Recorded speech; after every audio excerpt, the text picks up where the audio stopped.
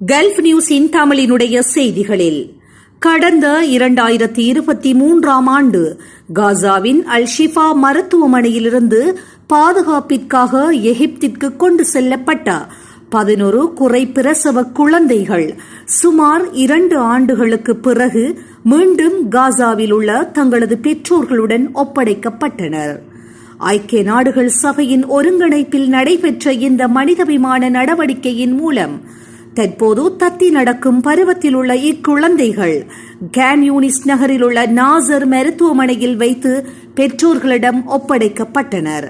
தங்கள் குழந்தைகளை முதல் முறையாக நேரில் பார்க்கும் மற்றும் தொட்டு அணைக்கும் வாய்ப்பு கிடைத்ததால் அங்கிருந்த பெற்றோர்கள் கண்ணீர் மல்க நிகழ்ச்சியுடன் காணப்பட்டனர்.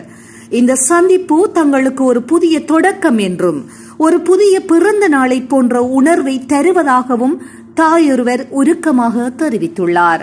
இதுபோன்ற செய்திகளை உடனுக்குடன் துல்லியமாக நீங்கள் அறிந்து கொள்ள கல்ஃப் நியூஸின் தமிழினை சப்ஸ்கிரைப் செய்வதனூடாக அறிந்து கொள்ள முடியும்.